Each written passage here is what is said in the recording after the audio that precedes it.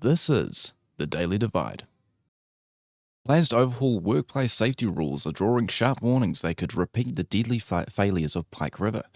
The reforms would shift WorkSafe's focus from enforcement to guidance, with carve-outs for small businesses, but officials admit there's no evidence the changes would cut deaths or injuries. WorkSafe itself warned the move could create loopholes where unsafe companies escape prosecution, echoing the weak system exposed by Pike River, which killed 29 men in 2010. Families of victims say the reforms are an insult to those lost, while unions, safety experts, and even Business New Zealand argue the real issue is under-resourcing and outdated regulations. Last year, 70 people were killed at work, yet prosecutions have halved in 3 years. Critics say New Zealand risks sliding backwards, replacing strong rules with vague promises of guidance. Taxpayer money is still paying rent on MP offices owned by the politicians themselves, their parties or affiliated groups. The latest disclosures show the perk costs about $223,000 a year.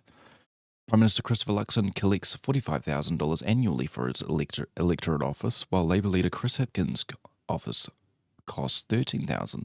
Both say rents are independently assessed and below market rates, but critics question whether MPs should be profiting at all. Meanwhile, the Ombudsman has forced the Reserve Bank to reveal the real story behind Governor Adrian Orr's sudden resignation in March, a breakdown in trust between Orr, the Board, Treasury, and Finance Minister Nicola Willis over government funding boiled over in late February.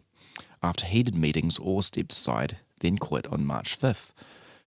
The bank released a timeline but withheld key documents, sparking ongoing criticism of transparency and fresh pressure on board chair Neil Quingley to step down. The government is fast-tracking supermarket reforms, promising an express lane for new developments to help break the stranglehold of the duopoly.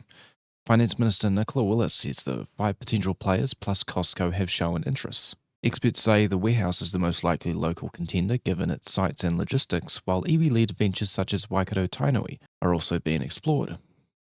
International chains like Aldi or Walmart get mentioned, but analysts warn New Zealand's small cycle, high costs and logistics hurdles make foreign entry tough. Opposition parties say Willis is banking too much on big corporates riding in.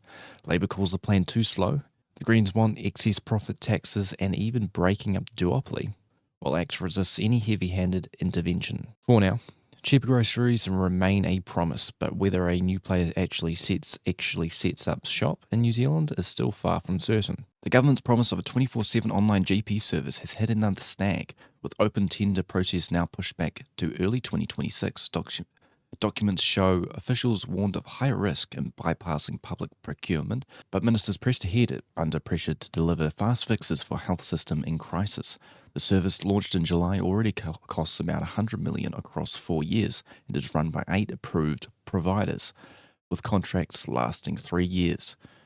Critics say delays and exemptions raise big questions about transparency. Meanwhile, new alcohol law reforms will make it easier for bars and bottle stores to get licenses and for venues to extend hours for major events. Associate Minister Nicole McKee says the changes cut red tape while keeping communities in charge. But critics note tougher harm reduction measures like restricting bottle hours were dropped, despite evidence linking late sales to violent crime. The government's under fire over new legislation letting the defence chief sign off on using soldiers to cover for striking civilian staff beyond 14 days. Defence Minister Judith Collins says it's about national security, but the PSA union calls it strike-breaking that undermines fair pay negotiations.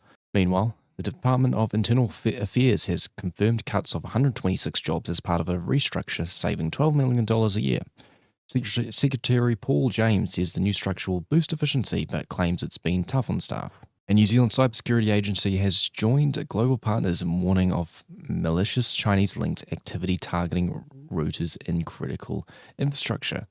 The group, dubbed Salt Typhoon, has been active since 2021, accessing sensitive government and telecom data.